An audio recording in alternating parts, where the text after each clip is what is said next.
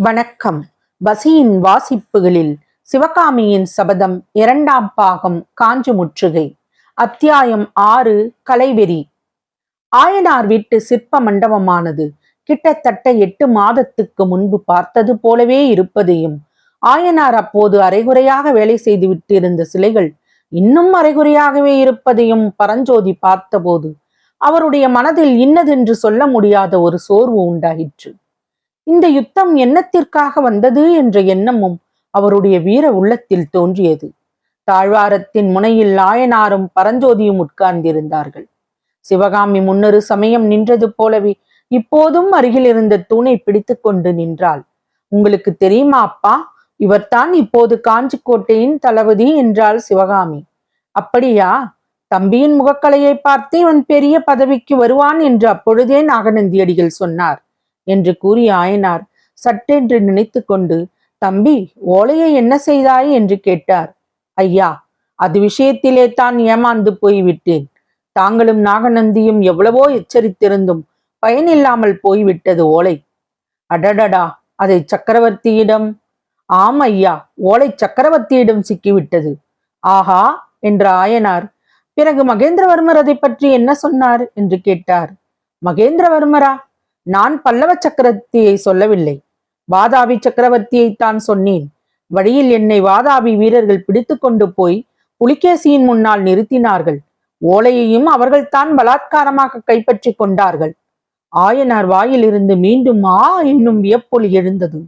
அதே சமயத்தில் எங்கேயோ யாரோ பெருமூச்சு விடுவது போல் சத்தம் கேட்டது. பாம்பின் சீரல் போன்ற அந்த சத்தத்தை பரஞ்சோதி கவனித்தார். ஆனால் ஆயனராவது சிவகாமியாவது கவனிக்கவில்லை. சிவகாமி அப்போது வாசற்பக்கத்தை உற்று நோக்கி கொண்டிருந்தாள். அங்கே உள்வாசற்படியாண்டே நின்ற கண்ணபிரான் சிவகாமியை நோக்கி ஏதோ சமிக்கை செய்து கொண்டிருந்தான். தம்பி, உண்மையாகவே நீ வாதாபி புலிகேசி சக்கரவர்த்தியை பார்த்தாயா என்று ஆயனார் வியப்புடன் கேட்டார். ஆம் ஐயா, அதோ அந்த புத்த விக்கிரகம் உள்ள தூரத்தில் வாதாபி சக்கரவர்த்தி இருந்தார். சக்கரவர்த்தி என்ன சொன்னார்? யாருக்கு தெரியும்? நான் அறியாத பாஷையில் அவர் பேசினார். தங்களுக்கு இருக்கும் ஆவலை பார்த்தால் வாதாபி சக்கரவர்த்தியை பார்க்க விரும்புவதாய் தோன்றுகிறதே. ஆம் தம்பி, உன்னை அனுப்பாமல் நானே ஓலையை எடுத்துக்கொண்டு போயிருக்க கூடாதா என்று கூட தோன்றுகிறது. ஏன் அவ்வளவு ஆர்வம் ஐயா? வாதாபி சக்கரவர்த்தி இளம் பிராயத்தில் அஜந்தா மலையில் 2 வருஷம் இருந்தாராம். ஆகையால் அவருக்கு அஜந்தா வர்ணத்தின் ரகசியம் தெரிந்திருக்கும் அல்லவா? வஜ்ரபாகு கலைகளை இழந்து கூறியதெல்லாம் பரஞ்சோதிக்கு அப்போது நினைவு வந்தது. அது எவ்வளவு உண்மை! ஆயனாரின் கலைவெறி அவரை எப்படி பைத்தியமாக அடித்திருக்கிறது! புலிகேசி பகையரசன் என்பதை கூட மறந்து அவனை பார்க்கும் ஆவலை உண்டாக்கியிருக்கிறதல்லவா? ஐயா, நான் முக்கியமாக எதற்காக வந்தேனோ அந்த காரியத்தை இன்னும் சொல்லவில்லை. சக்கரவர்த்தி தங்களிடம் ஒரு செய்தி தெரிவிக்க சொல்லி எனக்கு ஆங்காபித்தார். எந்த சக்கரவர்த்தி என்றார் ஆயனார். மகேந்திர பல்லவர் தான். மகேந்திர பல்லவர்! அவரை பற்றி நான் என்னவெல்லாமோ நினைத்திருந்தேன். ஒரு சமயம் இந்த பல்லவ ராஜ்யத்தில் உள்ள சிற்பிகள் எல்லாம் சேர்ந்து சபை கூடி மகேந்திர பல்லவருக்கு விசித்திர சித்தர் என்ற பட்டம் கொடுத்தோம். அதை காட்டிலும் சபல சித்தர் என்று அவருக்கு பெயர் கொடுத்திருக்கலாம். ஏன் இப்படி சொல்லுகிறீர்கள் ஐயா? பார்த்தம்பி, இங்கிருந்து என்னை மாமல்லபுரத்துக்கு போகச் சொன்னார். 5 மலை கோயில்களும் 6 மாதத்தில் முடிய வேண்டும் என்றார். 1 மாதத்திற்குள்ளாகவே கோயில் வேலையை நிறுத்து என்று கட்டளையிட்டார். சக்கரவர்த்தி முன்போல் இல்லை தம்பி, ரொம்பவும் மாறி போய்விட்டார். அப்படியொன்றும் அவர் மாறவில்லை ஐயா. யுத்தம் காரணமாக சில காரியங்கள் செய்ய வேண்டியிருக்கிறது. யுத்தம், பாழும் யுத்தம்! இப்போது நடக்கிற யுத்தம் போதாதென்று பழைய பாரத யுத்தத்தை வேறே கட்டிக்கொண்டு அழ வேண்டுமாம். ஒவ்வொரு ஊரிலும் பாரத மண்டபங்கள் கட்ட வேண்டுமாம்.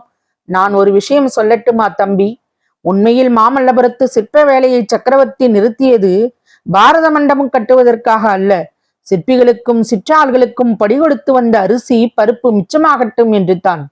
துறைமுக பண்டக சாலையில் இருந்த அவ்வளவு தானியங்களையும் காஞ்சிக்கு கொண்டு போய் விட்டார்களாம். யுத்தம் நடத்துவதற்கு இவையெல்லாம் அவசியமான காரியங்கள் ஐயா. காஞ்சிக்கோட்டை 1 வருஷமோ 2 வருஷமோ கூட முற்றுகைக்கு ஆயத்தமாக இருக்க வேண்டும். வாதாபியின் சமுத்திரம் போன்ற சைன்யம் திரண்டு வருவதை நீங்கள் மட்டும் பார்த்திருந்தால்.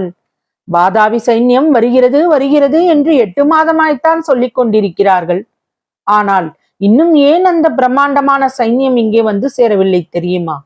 மகேந்திர பல்லவர் மட்டும் அப்போது போர்க்களத்துக்கு போயிராவிட்டால் இதற்குள் காஞ்சிமா நகர் இருந்த இடம் புல்முளைத்து போயிருக்கும்.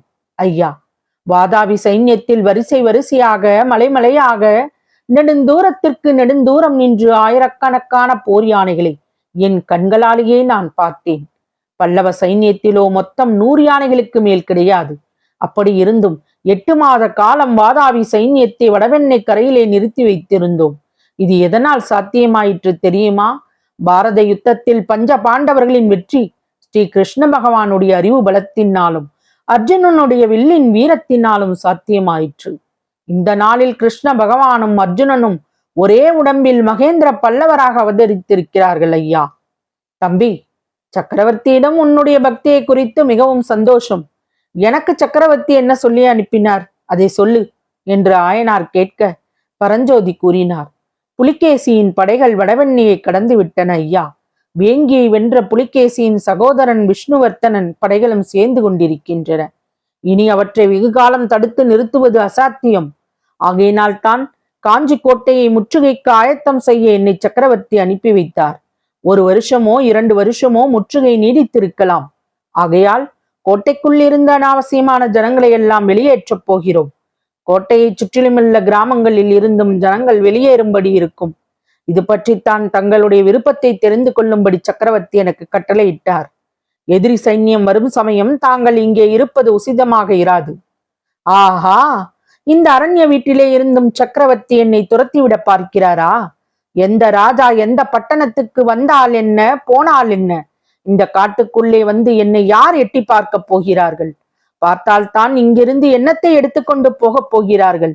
இந்த கற்சிலைகளையும் கல்லுளிகளையும் வேணுமானால் கொண்டு போகட்டும். சூரிலே எழுதிய சித்திரங்களை வேணுமானாலும் சுரண்டி கொண்டு போகட்டும். ஐயா, தாங்கள் ஏதோ கோபத்தில் பேசுகிறீர்கள். பல்லவ ராஜ்யத்திற்கு எப்பேற்பட்ட ஆபத்து வந்திருக்கிறது என்பதை தெரிந்து கொள்ளாமல் பேசுகிறீர்கள். சக்கரவர்த்தி எங்களுக்கு என்னத்தான் கட்டளையிடுகிறார்? தாங்களும் தங்கள் குமாரியும் காஞ்சி கோட்டைக்குள்ளே வந்து இருந்தாலும் இருக்கலாம், அல்லது சோழ நாட்டுக்கு போய் தங்கள் சிநேகிதர் நமச்சிவாய வைத்தியருடன் சில காலம் தங்கியிருந்தாலும் இருக்கலாம். திருவெண்காட்டுக்கு போவதாக இருந்தால் தக்க பாதுகாப்புடன் தங்களை அனுப்பி வைக்கும்படி எனக்கு கட்டளையிட்டிருக்கிறார். தங்கள் விருப்பம் எதுவோ அப்படி செய்யலாம் என்றார் பரஞ்சோதி. சிவகாமி, நீ என்ன அம்மா சொல்லுகிறாய் என்று கேட்டார் ஆயனார் திரும்பி பார்த்து. ஆனால் சிவகாமி நின்ற இடத்தில் அவளை காணவில்லை. தொடரும். வசியின் வாசிப்புகள் பிடித்திருக்கும் என்று நம்புகிறேன். எனக்கு சப்ஸ்கிரைப் செய்து, லைக் செய்து, ஷேர் செய்யவும். தங்களின் மேலான கருத்துக்களை கமெண்டில் பதிவிடவும். அதுவே எனக்கு உற்சாகமூட்டும். நன்றி.